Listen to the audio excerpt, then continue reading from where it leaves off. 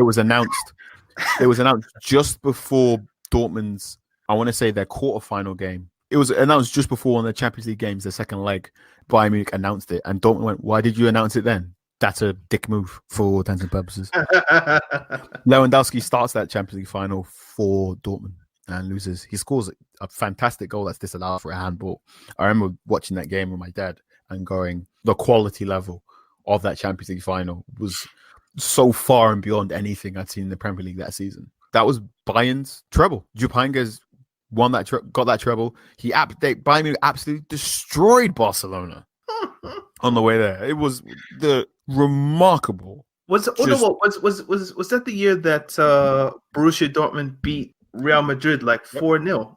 4-1. Lewandowski 4 goals. Right. And that was more or less the end of Mourinho at Real Madrid. A really interesting thing about that press conference after the game, the journalists were asking Mourinho, how does he feel about Lewandowski scoring 4 goals, blah, blah, blah. And then Mourinho more or less just explains everything about Lewandowski from a coaching perspective. Goes, oh, we know this about Lewandowski. Look, I know him when the ball comes in, Lewandowski likes to run at near post and then take it here and do this and do this and do this and do this. What do you want me to do?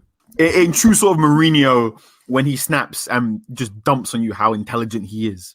But this was also probably, in hindsight, maybe the beginning of the end for Mourinho. So this is the end of his time. Hey, no. We still have 2014-15. Hey, and we haven't even got to the next season. The next season is fantastic. But anyway, 2013, I'm trying to think of what else, man. Tell a lie. We said Torres might have been done in 2011, 2010? Mm-hmm. The 2013 Confederations Cup. I remember he was really good in that. Confederations Cup don't count. I'm just saying, him and I think Fred. I think that's the tournament that, like, we'll get to Fred and Joe in a bit. But the 2013 Confederation, like Torres, whenever he played for Spain, it seems like he always got golden boots. But yeah, that was the last season of Sir Alex as well.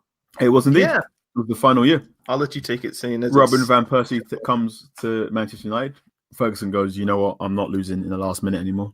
So Robin van Persie was astounding that season. And what in hindsight was just a really weird season in Premier League football.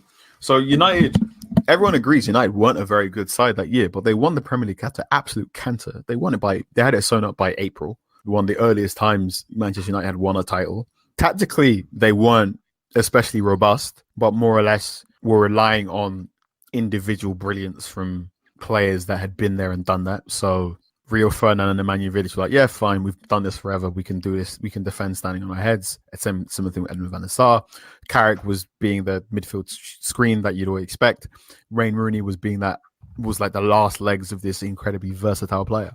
The interesting thing about Rooney was after Ronaldo left, Manchester United won that Champions League in 2008, and that 2008-2009 United team was so good because Rooney was so adaptable and fluid.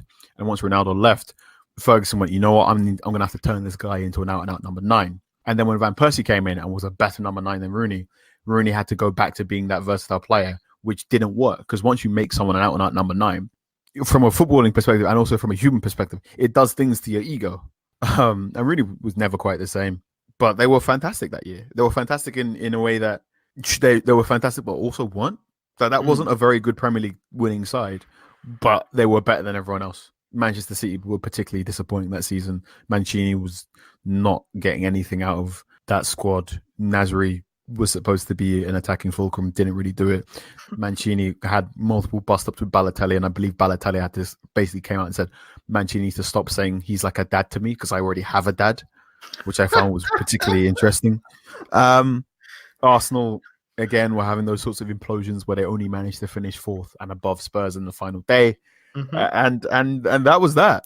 Do you want to talk about the Euros? What, are we still in 2012? No, we're in 2013 now, sorry. We didn't talk about the Euros, did we? Did we?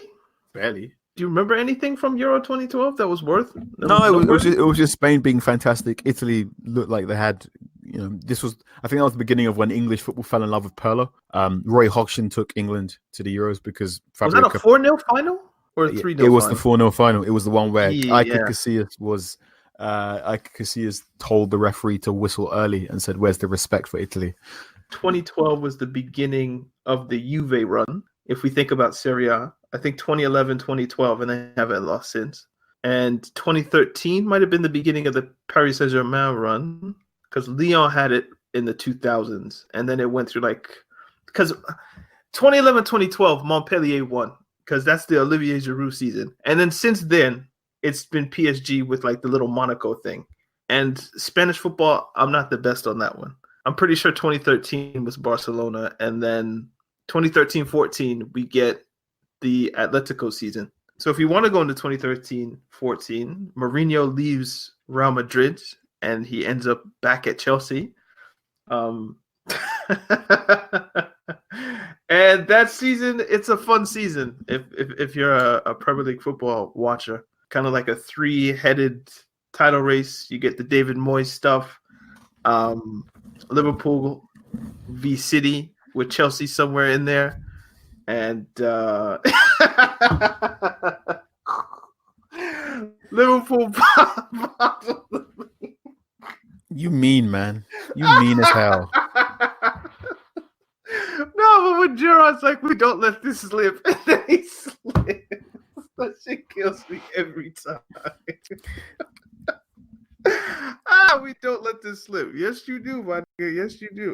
It is remarkable. The more I still can't get my head around it. And I've said this before in this podcast.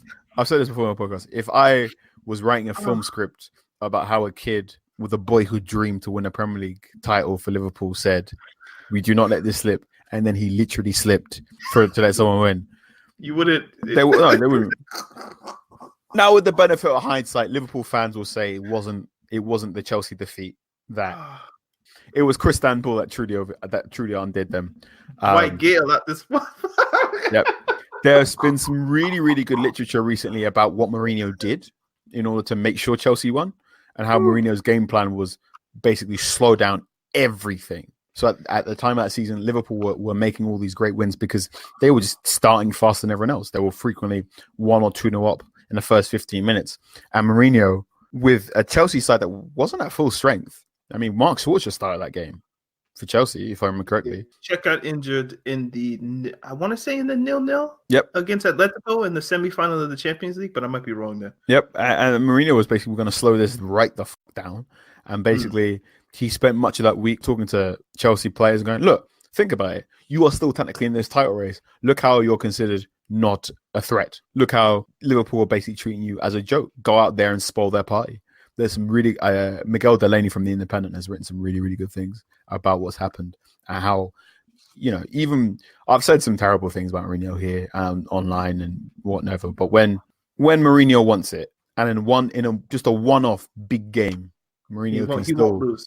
Mourinho, if he wants to not lose and ruin a party, he can do it. He can still do it when he wants to. So, do you remember his post-match interview when they asked him, "What did you do?" He was like, "It's about nothing. It's about winning." He said, "Ask Jamie Redknapp. He's a brilliant football brain."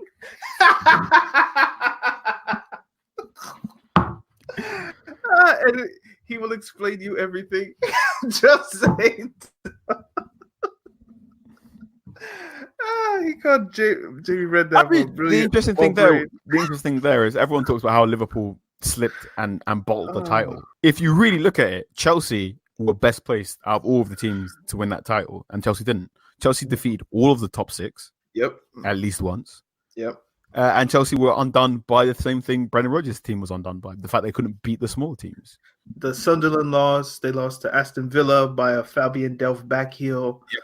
It was it was bad. They just dropped points. I think they drew with Norwich. Yep. It was it was bad. Chelsea actually bottled that one, but it's a fun narrative to go. It's funny to see, Gerrard. Liverpool, right?